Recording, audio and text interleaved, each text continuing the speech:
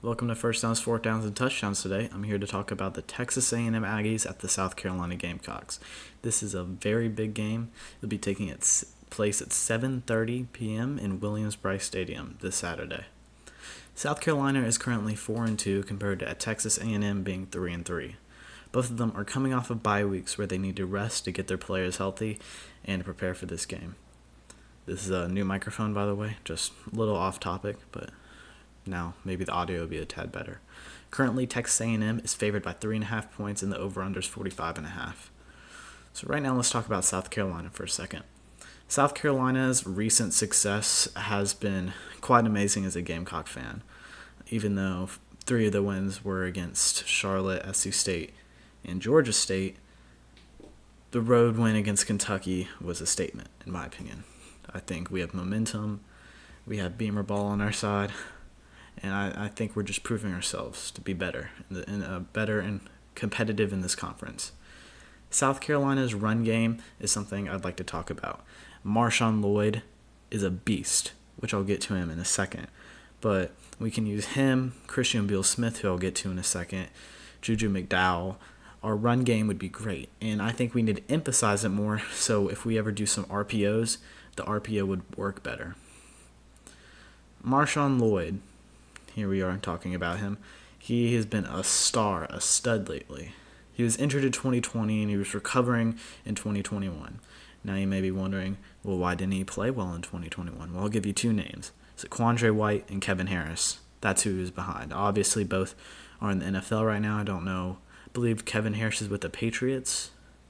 I think Zaquandre was with the Packers at the moment. I haven't been following him lately. But, I mean, he was behind them, and they were both amazing. Just look at those 2021 season highlights from both of those. Marshawn Lloyd this season currently has 75 carries for 434 yards, 7 touchdowns, and a 5.8 average yards per carry. This is pretty good. I think it's pretty good, but I think some of it you can contribute to the offensive line not having great block this season. That's why you could say it was a little bit lower, in my opinion, than some people think it should be. But then again, we played Georgia and Arkansas. Both of them have great run defenses. But anyways, one other thing I want to talk about is our quarterback, Spencer Rattler. Now, there's a lot of hate on Spencer Rattler, not just from Gamecock fans, from the whole world. And I am personally still on the Spencer Rattler train. Now, yes, he may have 5 touchdowns to 8 interceptions. Terrible ratio. Absolutely garbage. But at least 2. I remember at least 2 were off the tips of receivers' hands. They were well-placed balls. So I'd say like 5 to 6. It's still not great, but I feel like Spencer has, some, not excuses per se, but there's reasons why I don't think he's playing well. I think his decision-making is one factor, but I don't think it's all of it, like some people may believe. But he does have great arm strength, and he's just athletic, which is something we need. But I think, honestly, he'll be more successful if we do the short checkdowns and the screen plays and the quick slants, because typically he's been accurate more on that this season and then deep balls, which is what, back to the run game, if we establish the run game, Marshawn Lloyd, Juju, etc., then those option plays, Spencer will probably have more success considering the defense might be focused on the run. Spencer's also passed for 1,298 yards this season. Next position on our offense are our top receivers. Juice Wells, Josh Vann, and I know he's not a receiver, but I'm just going to say he is at this point. Jaheim Bell, he's like a Swiss Army knife, which I've heard that that term being quoted many times. Juice Wells, I think the week Kentucky was over, which I think is week 6 or 7, don't quote me, I think it's 6. I believe he was in the top 10 in the SEC for for catching yards, which is great. I like him. He's pretty shifty. He just can run a route well, and he does what Carolina needs to have him to do. Josh Vann, last year he came off the hype. Vann is the man. I think Todd Ellis said that. Josh Vann, I like him. He's personally my favorite receiver, but that's just, personal bias. But This year, he hasn't been too much of a standout. Then again, I think that's just because of the added talent onto the roster. Not saying last year's receiver core was not good. They were good, but like not as good as this year's, definitely. And then Jaheim Bell, I don't think he's utilized enough. I think this is a very popular opinion. He reminds me of Deebo Samuel, sort of. Like with the 49ers, he could be used as a running back. He could have a screen pass. He can go get the deep ball. He's a great blocker. He can be used in so many ways. I feel like we're not utilizing him enough to make the defense stay on their toes. If we made it to where they're always scared that they're not predicting what Jaheim Bell will do on that play, I think they'll be more focused on him, and they could leave some other players open. Speaking of not utilizing Jaheim Bell enough, let's talk about Marcus Satterfield, our offensive coordinator. I don't like him, but I'm not to the extent of the firing and hatred that he's getting from the rest of the fan base right now. Yes, his play calling has been terrible. There's no rhythm in it. He'll do a run play, he'll succeed for like 8 yards, say, and he does the exact same play again. I remember against the Georgia game, I think it was a 4th down, and we did a quarterback draw with DeCarrion Joyner. No offense to DeCarrion Joyner, I think he's a great player. He was responsible for that North Carolina win, in my opinion, last year's bowl game in the Duke's Mayo Bowl.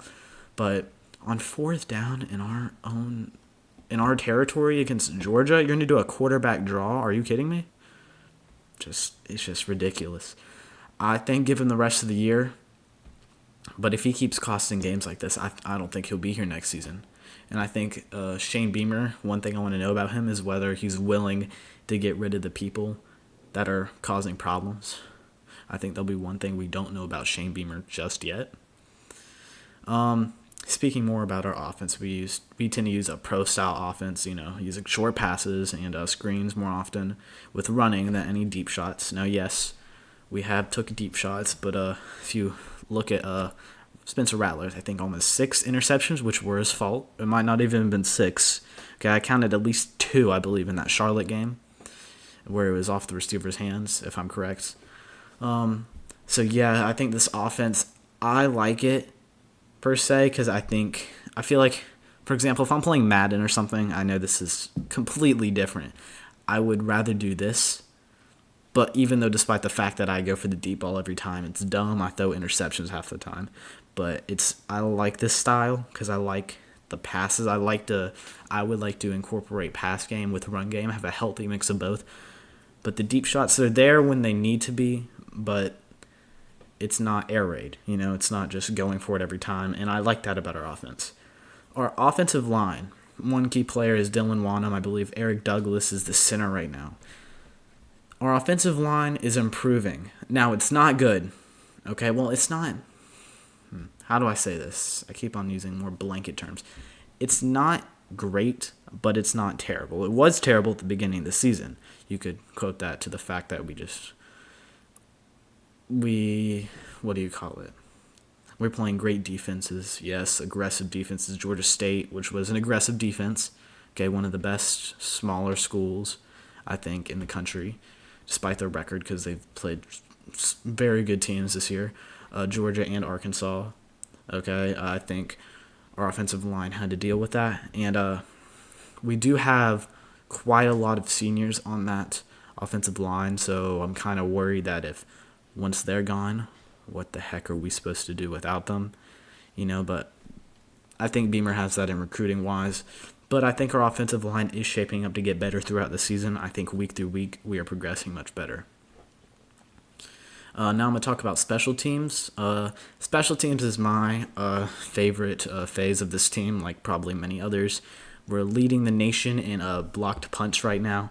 And because of that, they have to hold men back, per se. Not hold men back, I'm sorry. Keep them on the line to protect the punter, which allows us to have returns be much bigger, almost triple, I think, than last season. I think that's what Beamer said in his most recent press conference, which I like that. And then Mitch Jeter, great field goal kicker. First game he ever played, like as a starter, kicked 2 50-plus yard field goals against Georgia State. Don't think he's missed one this entire season.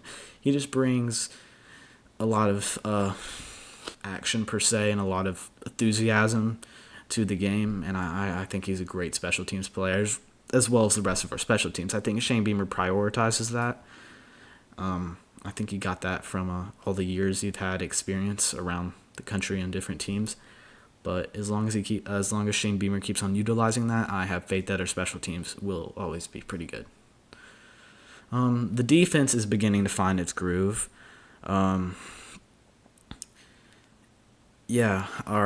Just Clayton White, I like him as a coordinator. I think he's great. I think he's not in the hot seat like Marcus Satterfield is, in my opinion, right now.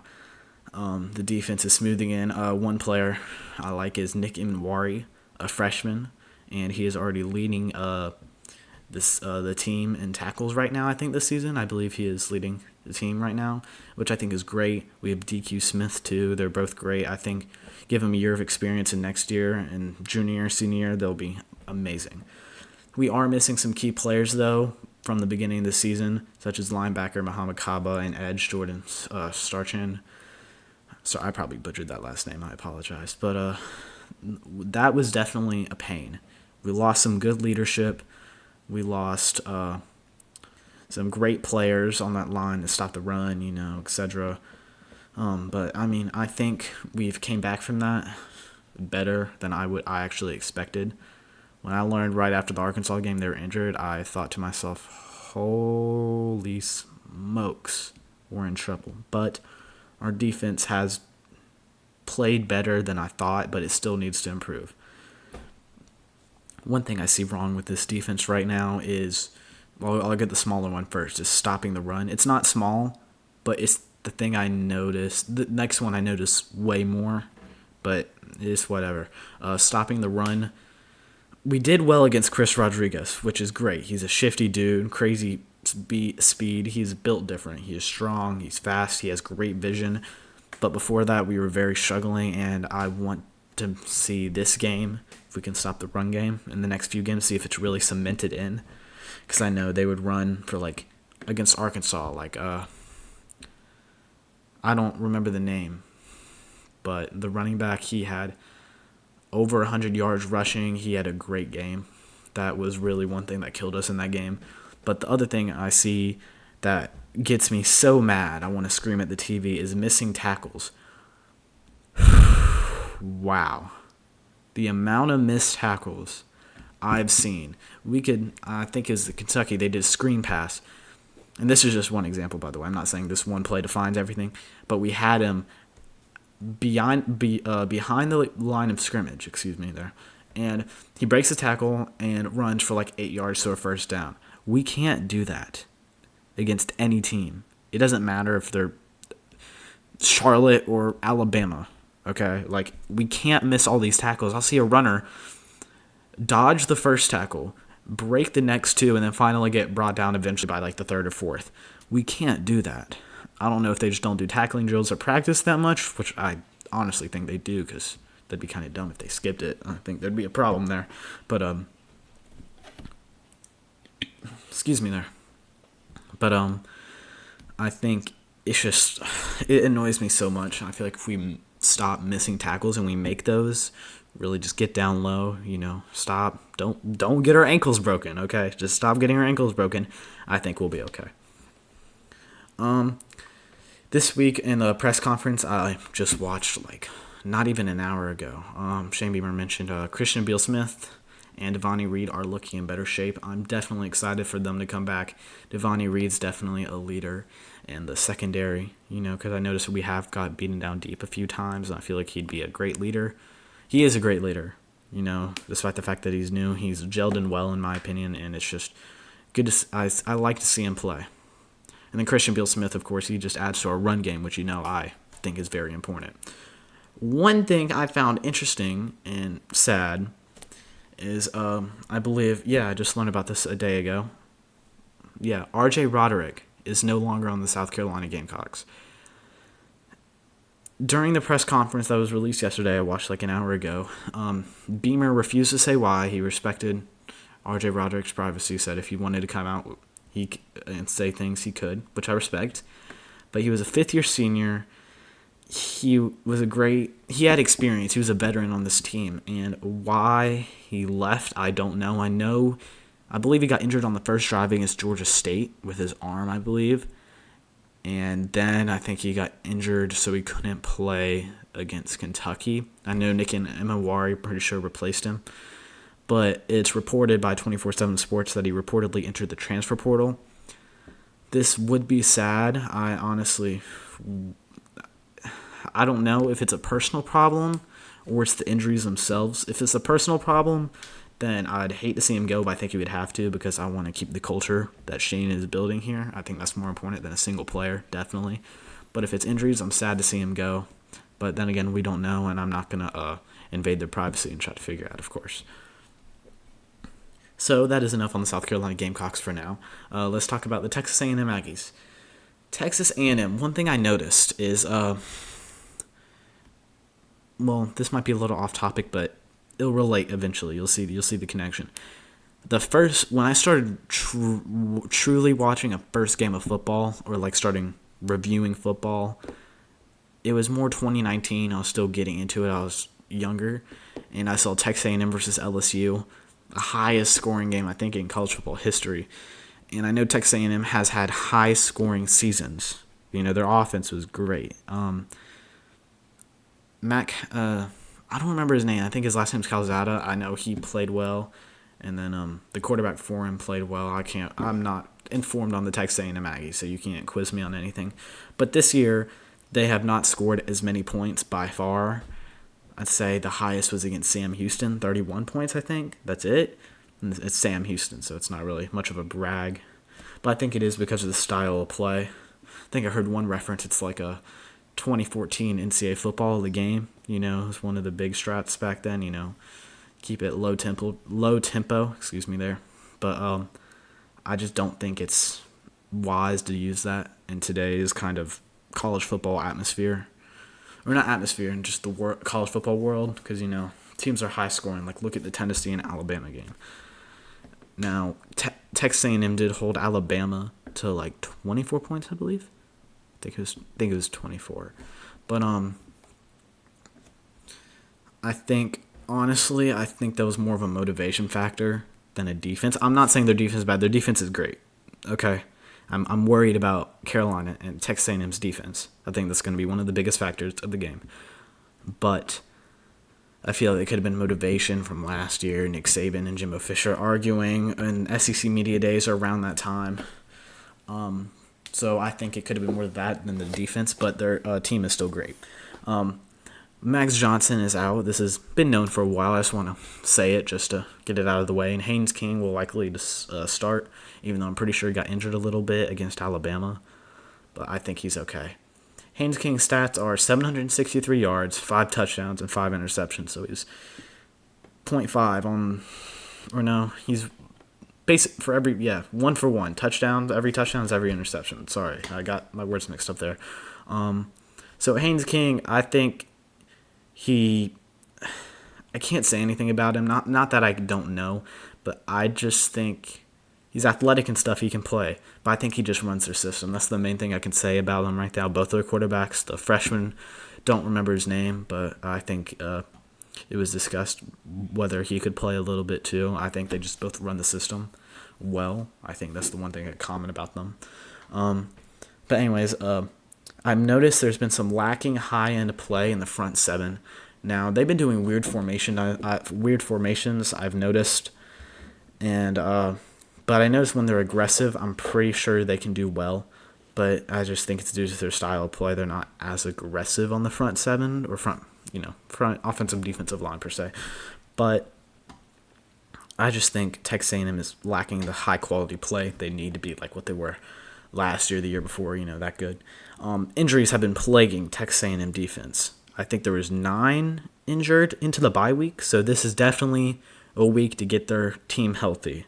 Same for Carolina, but I feel like that's one thing that this bye week was more important than the rest. I mean, of course, it's obviously important for the extra week of preparation. I'm not saying that's not just throw that out the window. No, I'm just saying that's one major part that usually some teams wouldn't have to deal with.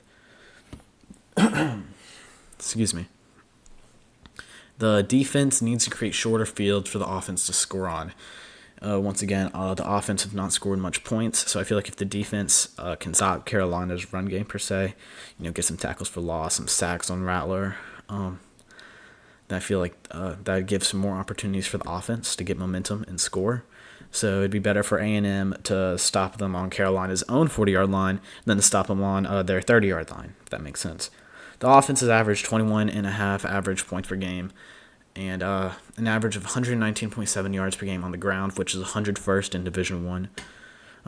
There's 8 passing touchdowns and 6 rushing touchdowns, as well as 9 turnovers this season. So I believe that's 14 touchdowns to 9 turnovers. I don't know that exact ratio.